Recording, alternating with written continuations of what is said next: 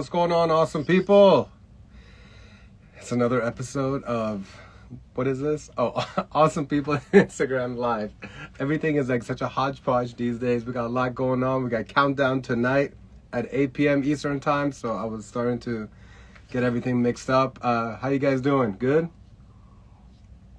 It's a pleasure to have you guys here. I'm losing my mind, but it's also great. Why do I say I'm losing my mind, but it's also great? I'm losing my mind because we have so much going on with the July 3rd Azadi Festival, and there's just so much to do, so much to freaking do, so overwhelming, so little time. But what's amazing is like this incredible group of ambassadors that we have that are truly working around the clock to make sure that July 3rd at Shipgarten in Tysons is truly an event that will make all Iranians proud, and it will attract some non-Iranians who may or may not know about what's happening in our homeland of Iran, who want to learn more about our culture, who want to see our dances, our music, our poetry, our dance, and fight with us for a free Iran. Like, it's truly incredible. It's absolutely incredible. And every time that I start having panic attacks and anxiety attacks and ulcers growing and God knows what other psychological and physiological effects that I'm having, I'm so grateful. I'm so grateful because I'm like, man, God really like lined up some amazing human beings all around me. And I don't know how I got so lucky to have these incredible people around me, but it's just a blessing. And I feel like I feel so much love in my heart. And so my sincere gratitude to every single ambassador, ally, vendor, people that have contributed. It's great. It's really great. I mean, everything that a lot of people always would say that it's not possible, which is how can you work with Iranians? We continue to prove them wrong. And it's a phenomenal feeling to prove people wrong. You know, it's easy to sit back and judge other people. It's so easy to just to do nothing. Honestly, it's very easy to do nothing. And I'm surrounded with people who they are relentlessly fighting for our culture. They're relentlessly fighting for our language. They're relentlessly fighting for our community. True unity. A lot of people talk about unity, but they have no idea what the hell they're doing. And they're actually creating more division. And there are a lot of people that are relentlessly fighting for a free Iran. So I just feel like I'm in an ultimate battlefield, and there are so many incredible soldiers to my left and to my right, and it's just an honor. Anyways, ladies and gentlemen, today's purpose is another one of the Awesome People Instagram Lives. And what are these Awesome People Instagram Lives? They are an opportunity for me to introduce to you all the ambassadors, everybody that's involved in helping to make this festival actually happen. It's my duty, my obligation, and my privilege to introduce them and welcome them to my community and my network and my friends, so that in case you don't know these people, that you get to know them, because these are the reason why there's still a fire on in the revolution. You know, these are the people that are every single day that they're pouring more fuel while other people are walking away and they're giving up and whatever. These people are saying, nope, this fight's not over, and we're going to continue and continue and continue. And in parallel, we're doing whatever that we can to continue to celebrate our culture, embrace our culture. And so, yeah. So having said that, my guest today is an incredible human being that I cannot wait to meet him in person. He's doing his best to make it to the Azadi Festival July 3rd. His name is Pezhmun Ghiassi, and if you don't know him, he's an author, he's a hairstylist, he is a former U.S. Marine. You don't usually get those combinations, by the way. Very rarely do you come across a U.S. Marine that is a hairstylist and an author, but this person has it all and a bag of chips. He's been using his platform consistently to bring awareness about what's happening in Iran. Until a couple months ago, he had a massive following, but then something happened. His account got taken down, so he's like doing a whole restart. But this person is a force to be reckoned with, and so I'm just glad that he's been joining us as an Azadi Festival ambassador, and now you get to know him a little bit better. He was one of our guests on Countdown to Freedom in Iran a while back, and now he is Instagram Live. Help me welcome Pezhmun Ghiassi. That was a long intro. Sorry about that, guys. Pezhmun! Hi, Manjun. درود بر شما. درود بر شما. How are you? I don't know why we don't conversate more like off air. I just feel like there's always this great connection here, you know? Yeah, I know. I'm sorry that consider that my what's it called? Oh God, sorry, tongue twist as usual. Consider that my mistake and my loss. In all honesty, No, not at all, man. I'm so happy to have you a part of this conversation today. First of all, absolutely. I'm very happy that you just reconnected with your father after 4 years. So let's get to that before we even get to your background. Like, how amazing is it? Like, where was your dad all this time? Truth be told, I do want to talk about it, but I think for safety procedures, Okay. Yeah. Fair enough. Yeah, I'll give you those deets later.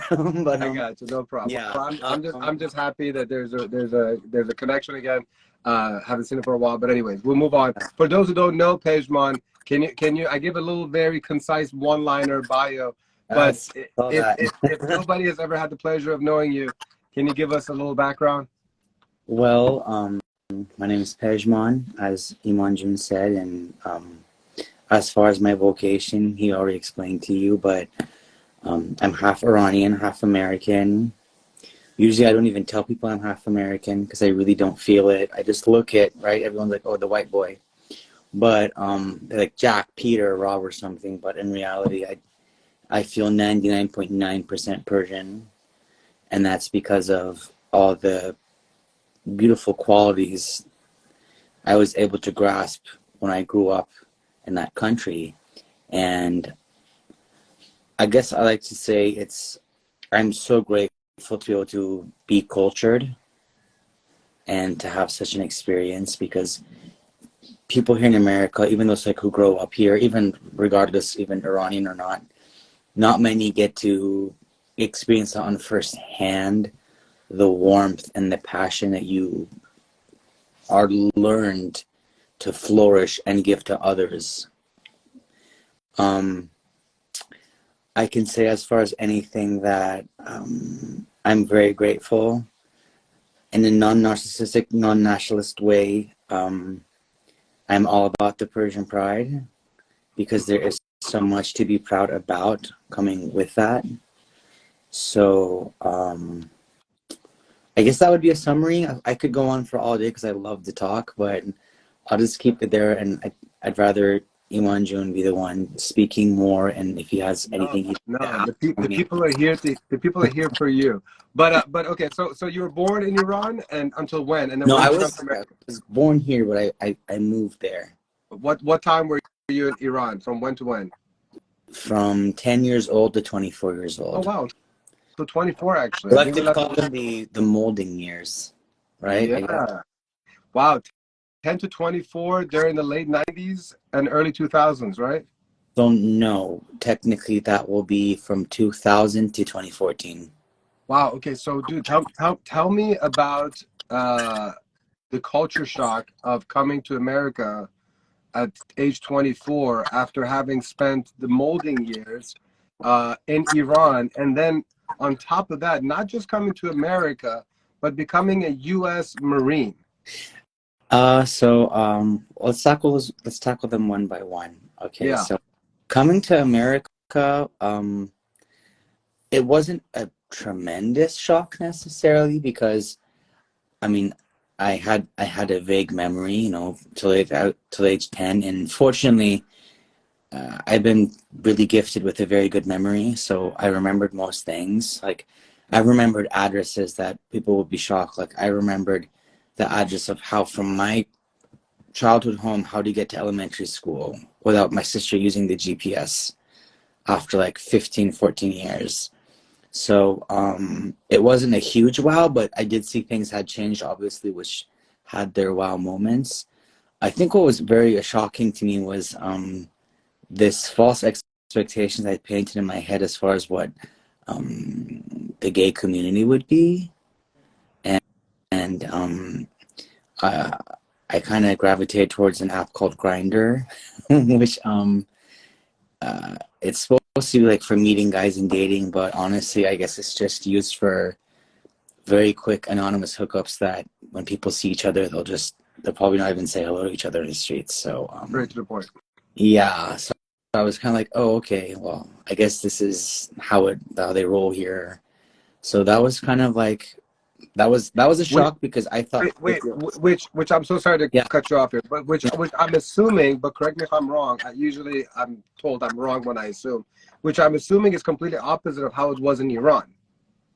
As far as what you actually know what I think in Iran to an extent because the whole hookup culture is expanding, and especially in the past couple of years, it's expanded just as much as in Iran. So I guess unfortunately people see the hookup culture as being open-minded and whatnot.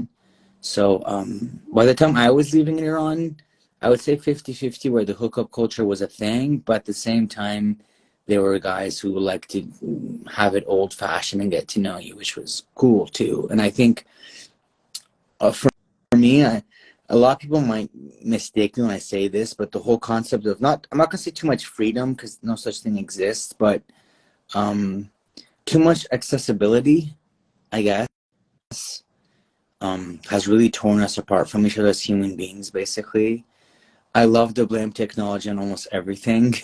It's like, and we do have a lot to blame for technology. I mean, we're the ones using it, correct? But I think it's technology itself that's kind of taught us distance and the cold shoulders. So, yeah.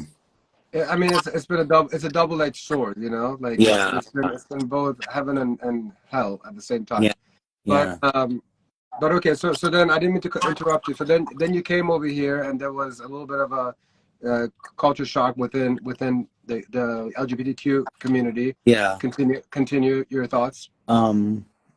But besides from that, to be honest, I think I was on a very different kind of mindset because, you know, as human beings, this goes way beyond nationalities, but society teaches us, it leaves this imprint of us teaching us that happiness is the equivalence of relationship. And even coming here to America, if you've seen this past like maybe 20 years, physique obsession and the ideal body has really consumed many people, including myself. I won't lie, but that being said, I was on that kind of a path to make sure that I'm just extremely fit, which I really did put in the effort, and I reached some very incredible goals when it came to dedication, which taught me a lot about fitness, gave me a passion about it, but I felt like I was just trying to fill this void of trying to find a boyfriend, and then I realized that no one can fill that void but myself. And that's like pursuing what makes me truly happy in life, whatever it could be. And for me, I think it's just creating, and I think art is a very big form of expression and then allowing myself to be a vessel for love. Like I don't go all Gandhi and Buddha on everybody, but I think these days it's like an exigency to have this kind of topics where we talk about love, like hippie talks, I think, because love is so powerful and healing. It's the most powerful thing to exist. And if we were added to more topics and not just talk about it, but most importantly, when it comes to the challenging moment where we decide to either be egotistical or just be more selfless and loving, to be able to put into our actions too. This, I know I'm jumping a little bit more forward, but I think sometimes we really, as human beings, we can be extreme, especially Persians. We are so extreme. Like, no one can deny that. There is no gray when you're Persian. قربون ایران جماعت برم like اصلا چیزی وجود نداره خب ولی I think one thing that we all need to learn is the balance of love. And that balance of love is learning when to fill your cup so you can be this generator to give love to others. And I think that's why so many people have given up, because unfortunately, I'll point fingers at myself initially because I had taken so much time on not filling my cup, because when I started, all of my movements or efforts, whatever, to my, as much as I could, to help for this fight, I really stopped giving myself the love I need to also have. And that self-neglect really was detrimental. And I started having a lot of really bad mental health conditions. I started having physical health conditions because all these things just, they affect us, And that's, I think I took a short break because when I lost my actual Instagram, I thought, well, okay, well, the Instagram I have now, I mean, there are people who follow me are people who I conversate with and I'm close with. So there's no need for me to inform them about anything. And I took a step aside from Instagram to an extent. I still continued, don't get me wrong, I continued my activities as far as reaching out to representatives, which is still very important, for the MASA Act, which can, break a pillar in the Islamic Republic. So I think that was a practice that I didn't forget, but I shunned myself away from Instagram, and I realized that, wow, I needed balance all along. And if I had that balance, I could have continued to fight with consistency and be able to keep raising awareness on my platform or whatnot you have. So I think I'm pretty sure this could be one of your questions regardless, because for me it's a question that sometimes I question myself, and I'm really seeking that answer, and it's how can we help to fight for unity amongst the Iranians in diaspora, because clearly it's our biggest issue now. It's not what's going on in Iran that's the issue, it's the issue here, and we keep forgetting that that division itself is what's causing so much breakage and causing these loose ends in the revolution. I don't have a direct proper answer for that personally. I think that is something everyone has to really dive into their heart to really understand that. And that's really choosing love over your ego and being the right ethical kind of person. You know what I mean? Right now, like, I look back on myself 10 months ago, and I'm upset with myself because I would run around and shame so many people for like posting about anything but Iran, like not talking about Iran. And I realized one thing. I'm sorry for the pause. My brain's a little bit scattered today. I realized, you know what? Isn't the most important thing actually people taking real actions? And I realized I had built that expectations of people just showing they care. Because on Instagram, it could all be a show. We don't know, right? If people are really putting an effort or not. And I realized part of my language, but that's so fucked up for me to have that kind of mentality. And I found myself in the same spot, and I realized, who gives a rat's ass who's posting? What action are taking their day-to-day life? Are they going to their work every here and there? Oh, hey, this is the update news. I don't want to burden you guys, but as like a non-Iranian, your support matters, and a phone call maybe to a senator or two. This is what's going on. Homes are being raided. Children are being stripped from their parents. Fridges are being emptied. Water is being shut off. Organs are being harvested. And all these atrocities. And, yes, it's painful, but every here and then when you give yourself the effort to talk about it again, like step back into the game, if we have that balance where we fill our cups, we're able to be warriors again. So as far as Iranians coming for unity, I think it's people really, it's a self kind, it's a spiritual thing that I know people, a lot of people don't believe in it, but if you listen to your head and your heart, everything will talk for itself, and it's inevitable these days. We're walking into an era where these things are undeniable, and it's about you choosing between your ego. I know it sounds like so Gandhi and Buddha, but it's so simple when you think about it.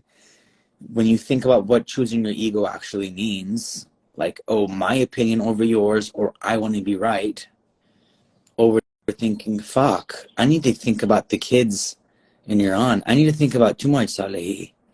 I need to think about the innocent blood of Majid Reza Nahvad being shed. You know, I need to think about how we lost Keon, how we lost another little boy last week. Think about how many women in Iran have been shunned, how many women have been through the worst of degradation, how many people in the LGBT community have not only been murdered, but tortured, bullied, and gone through the worst things. However, to note all this is all painful, reminding ourselves these things. But what we need to remember most is our positivity is just as prominent, which is pretty hard when you think about it. It sounds like, what the hell? Like, how is that even possible? But in our day-to-day lives, even if in a non-spiritual way, if you look at it, if you're going to spend your days crying and being upset, how much drained are you going to be? You're going to lose a lot of energy doing that, right? Then how much more productive can you be and do anything? So yeah, live about your life, but stay alert, stay vigilant, you know? And I think my biggest advice to anyone in this path is listen to your heart. I think it's that simple, yet we make it so intricate, but listen to your heart. Yeah, I was actually going to ask you because I feel a lot of people that are watching, they can definitely relate to having the cup be empty. When you've reached that empty level, what are some of the things that you did to kind of fill up the cup with more self-love and whatever else that you did to energize yourself?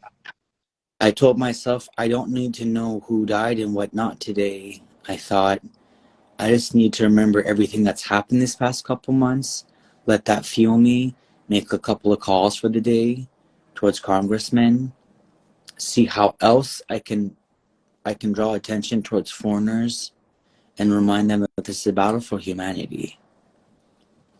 Instead of going on Instagram aimlessly, watching Iran International, Manoto, and just seeing things that are just only gonna make me nibble at myself, you know, and just like wallow in pain. So I think being on Instagram too much is a big no-no. I think people should bring down the Instagram times, but also at the same time find that balance, remembering to fight at the same time. I think we're not people who do not struggle as hard in life maybe are not comfortable, you know what I mean, with confronting pain, because everything, it's pain's always going to be there. You can't run it out. It's impossible. But if we stop hiding under our rocks, you know, and come out and take initiative and responsibility, things will be a lot different. So ultimately, I think I found the most better word. We all need therapy. Yeah, we need therapy. But I think what we need most is working on ourselves. Work on ourselves. Change inwards to change outwards too. And that can be the best thing we can do for the revolution, in my opinion. And that's something I've been trying to do. Pezhmun, a lot of people who know you have been following your content for quite some time. They, you know, the word vulnerability definitely comes into to mind. You know, you've been so open about so many of your traumatic experiences in the past, which I'm sure we could talk for hours about. What I really just want to kind of focus on is, have you always been this vulnerable? And if not, where did things change where you decided to kind of take some of your traumatic past experiences and be so open about it and share it with the people? Um, well, there was a point in life when I had this exactly again when my cup was very empty, but at the same time, I love loving people. It's who I am. Yeah, I have my aggressive moments. I get angry because I'm human, but I love loving. It's just who I am. But at the same time, I realized I need to be loved. That's how I felt because I wasn't loving myself. And I kind of took my vulnerability and used it. Now I look at it, I'm going to call it disadvantage. Excuse me. Because when you play the victim game, you're hurting yourself. And I did a lot of that. So for me, it was at the beginning was more like I just want to be heard and I want to be pitied without even knowing that's what I was doing. Mm. But the more I healed, the more I realized that I want people to see my story, go, holy fuck, that I can do that too, and inspire people, because that kind of a gift is priceless to give to people, to realize that you can overcome any obstacle, you can do anything in life. And you decided to put some of that into a book called The Handsome Twist. So Right. before we end talking about Azadi Festival, why don't you just give a little bit of background of what The Handsome Twist is all about and where they can get it? So The Handsome Twist is the story of my life to an extent, I guess you could say, or in the form of a dark fiction slash spiritual fairy tale.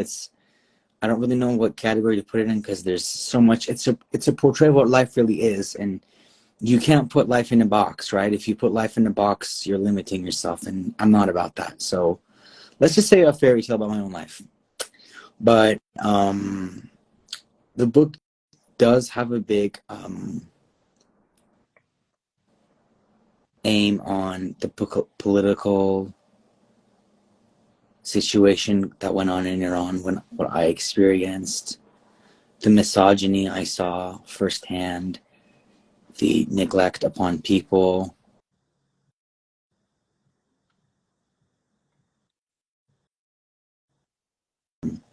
Personally, for me, my third chapter really, really relays things how it speaks about how people in Iran love to talk shit. And it's the truth. They like gossiping and talking shit. But then I thought to myself, quote unquote, I'm going to quote exactly what I said in the book, is how could I be upset with these flocks of miserable fucks when their lives are so miserable? And I thought to myself, it hurts for me to see that, because the Iran I knew and I've heard about so much, even that time, was Iran is nothing but love, nothing but joy, nothing but dance, laughter, positivity, and passion. And people being who they are now is because they were pushed that way, you know? So that's a big thing that I focus on, because I guess for me it was so important that whoever reads this book have a little bit of idea of the gist of what's going on in Iran. And I guess it was subconscious maybe when I wrote about the satanic mullahs, which in the book they're called mullahs. They're demonic panthers that are descended from hell. Throughout the day, they dress in their amome and abaz, and at nighttime they transform into their true forms, and they imprison, they deteriorate, rape, kill men, women, whatever. Which is it's not on. Sorry, it's not like it's a lie. It's been happening for 45 years just about now. So yeah. Well, on July 3rd, we're binding together to hopefully bring an end to this 45-year nightmare. Can you kind of share with us why you decided to give us the pleasure of being an ambassador for the Azadi Festival? Initially, I'll be very honest. Being a human, having ego, I thought it was a very opportunistic moment about my book. And then I thought to myself, I can't go through like that just thinking, oh, just me. You know what I mean? I thought it's really messed up. But what if I could express myself, show my passion of who I am, and show as an Iranian what my culture, what we have to offer, and so show the world how much talent we have, that could be an inspiration for people to stand up again, Iranian or non-Iranian. For sure. Yeah. So that this is 100% confirmation you'll be joining us in person, right? 100%. Excellent. I just wanted to make sure I put you on the spot right here. Yeah. Yes. And you can bring as many of those books, because those books that you have, they're important stories to share, to inspire, and Oh, love who's gonna buy a book. Not everyone's gonna buy a book, but that's the memo is, if anyone, I hope for me, because when I learned in my spirituality class, I'm sorry to interrupt you. For me, it was whoever reads the book, that book is for everyone who's meant to get the message, and that's overcoming your sorrow. And for you to remember that, do you want to be the victim of your past or hero of your future? I love that. Speaking of future, Pezhmun, when Iran becomes free, what are you most looking forward to? I'm looking forward to people finding but just live the lives they've always wanted to live, whatever that would be. Someone sitting at the lake fishing with some beer without any cop walking up to them giving them shit, whether that be someone performing in drag, whether that be, I don't know, some wild chick having, I don't know, being like a famous porn star, I don't know, whatever. I don't know, any anonymous things. Like, I'm mentioning vulgar things because I'm trying to be open-minded. That being said, that I think we shouldn't judge people and their mindsets and let people just be who they want to be. But what's most importantly, that we have justice in Iran, a real justice system where حق کسی پایمال نشه. And if I want to say that in English, that میشه گفت که چجوری بگم. Just not having the rights of anybody taken from yeah, them? Yeah, I guess so. And just like not seeing injustice, technically, I guess, I don't know. Sure. I think that's what really matters to me. A free Iran is an Iran where everyone learns to smile and laugh again and dance again. Something that we've unlearned. When you think about it, it's so painful. You're wearing your bracelet. You know, I haven't taken mine off in like 10 months. Oh yeah, me neither. Oh, this is actually a great time. This is actually a great time to do a nice little plug. If you're going to plug your book, I'm going to plug our merch store for Azadi Festival. Thanks to Retail Therapy Clinic, we have the most amazing merchandise store for Azadi Festival. Click the link in the bio. And what I love about Mo Namozi, the creator of RTC, he's like, because we were asking, can we make some of these for the festival? And he's like, listen, it's not a good thing for the environment because people throw these away, and then turtles and other animals in the sea, you know, they get suffocated from it. So he's like, we have like these faux leather ones where like it's got like a clip on, and it's a beautiful design that if anyone wants to go on the link in our bio, we have that. We have hats, we have t-shirts, we have even stuff for your dogs to be wearing, dog bowls, water bottles, and 100% of the proceeds from the merch store goes back into making the Azadi Festival the most epic of events. So it's a great way to kind of help us brand, help us become a community by everybody wearing stuff. So yeah, that's the whole story of the wristband. I will not lie. I only took it off one time. That's when I went for my cosmetology test, which I actually failed the first time, not gonna lie. But man, that shit is so hard. I'm not gonna lie. It's very, very hard. But I took it off only once there because they forced me to, and they said you can't wear it in here. Like they were thinking I had something inscribed on it and whatnot. But other than that, I don't know. I told myself I'm wearing it till Azadi. Yeah, no, mine is completed. The color is faded. It's time to get the ones for Azadi Festival. Yes. If I take it off, I'm taking off to wear the new one. I see it right now, Mo from Retail Therapy Clinic, which, by the way, if you don't follow that page, you have to follow that page. 2 rules: Love always that. Always sustainable, sustainable, always always ethical. ethical. I think he's talking about himself because he is always sustainable, always ethical, and always awesome. That's Mo Namozi. Pedro, before I let you go, when you fly into Iran, where are you going to Iran, and what are you going to do?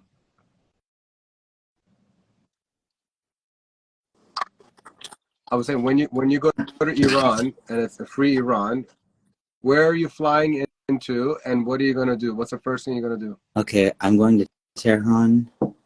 I'm having an outdoor little picnic party with my friends, definitely for sure.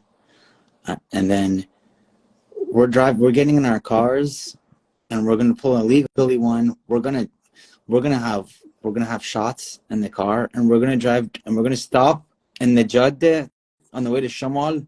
We're gonna take shots all the way to Shamal and get drunk by the time we get to You the can't say we're going to take shots and we're going to drive in the car, man. How many more We're records gonna are you have going to we're gonna recommend have a me? couple of DDs. We're gonna have a couple of DDs, okay? There we go. Just want to make sure. Okay. We'll have We can't be promoting a prostitution and porn and drinking and driving. I mean, come on, nigga. I did I know not we want to promote free Iran. prostitution. Really, I come said there on. should be freedom of people to choose. I know. I'm just joking. Um, but Yeah. yes, definitely that's something I'd probably want to definitely do is experience. You know, I won't lie though. There were moments in Iran, the excitement of not getting caught in Iran. That was fun too. But to experience that freedom is a different level of fun. To know that you don't have to have anxiety, these worms of anxiety writhing in your guts. It's something else. Yeah, no, I don't want that fear. I remember once when I went to Iran 20 years ago, the comité pulled me and my cousin over, my female cousin, with the AK-47. I'm like, I'm not interested in this. I was like, I'm going back to free America.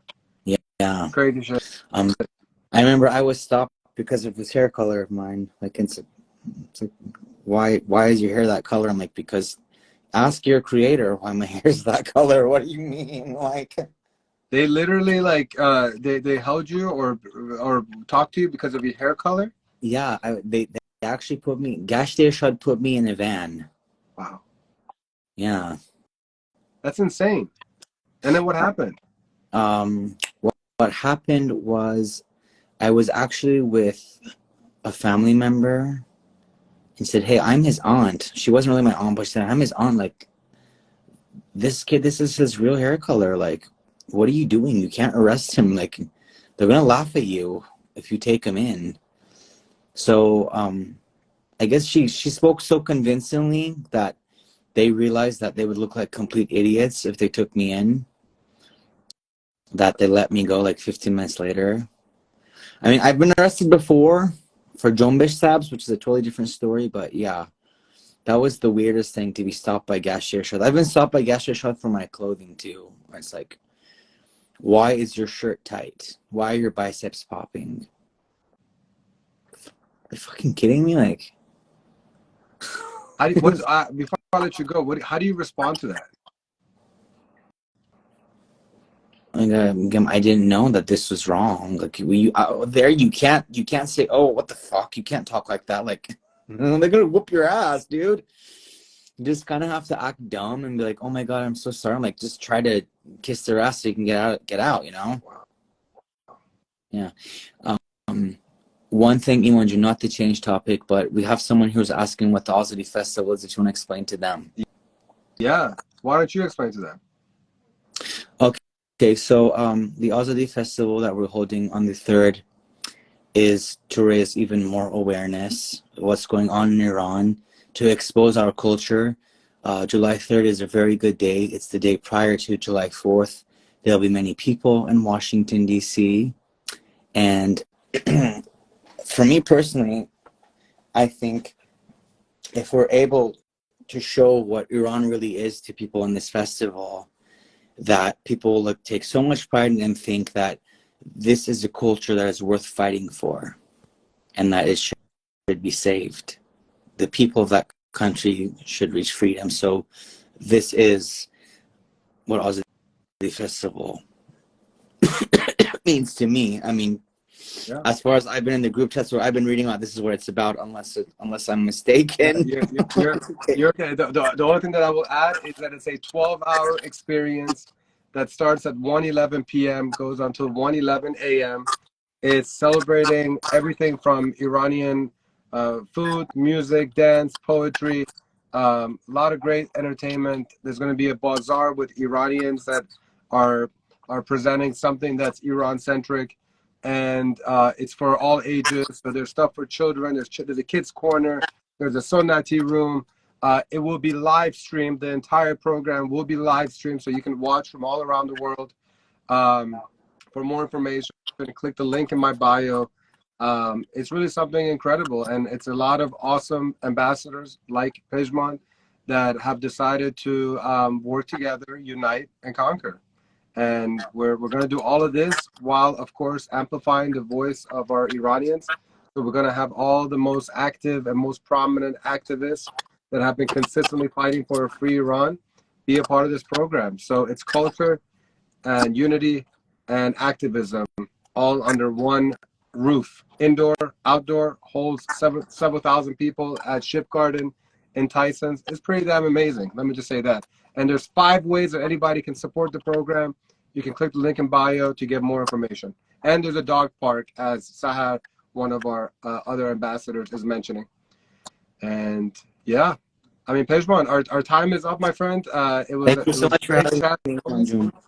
I'm excited to have you in DC July 3rd to give you a nice little bear hug. I feel like you're a good bear hugger. And Absolutely. and make sure you bring a lot of books. I'm pretty sure a lot of people want to get the handsome twist from the handsome Pejman. So much love to you. Baumida Azadi. Thank you so much. Have fun with the fam. Thanks. Ciao. Or what? Bella ciao. Ladies and gentlemen, that was Pezhmun Ghiassi. I hope you had a great time getting to know this awesome Iranian, awesome ambassador, awesome person. Friendly reminder that if you want to get more information about Azadi Festival, you can click the link in my bio. Please spread the word. Please encourage other people to become an ally, become an ambassador. You can be an ambassador from anywhere in the world. So if you've been fighting for a free Iran, you can contact us. You can be a part of this incredible group of Iranians that are working day and night to put together a great program. Great friendships are being built. Great networking opportunity. Honestly, it's a great way to get yourself out of the gutter. Meaning, like if you're just going through a lot of shit in your life, you're going to be pretty surprised at how much it will help when you surround yourself with like-minded people, people that have pure intentions towards you, with you, just good people. You know, like you need to have good people around you, because when life gets a little shitty, you need people like the ambassadors to lift you up, inspire you, motivate you, excite you, and just bring you to a happier side. It's 5:43 p.m. At 8 p.m. It's episode 24 of Countdown to Freedom in Iran. It's a very special episode, just like every episode.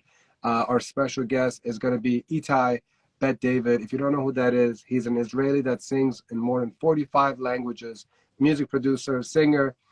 He's been doing so many things for the Iranian people, singing so many different types of songs to unite Israelis, Iranians, to amplify the voice of Iranians. Really looking forward to that. We're going to have, of course, the incredible Paris Mansouri giving us a news and update as always. We're going to have the awesome Mona Hairi, who's here, one of our uniters, giving the uniters update. We're going to talk more about the festival and some other good stuff. And then we're going to have Shahla Nikpur.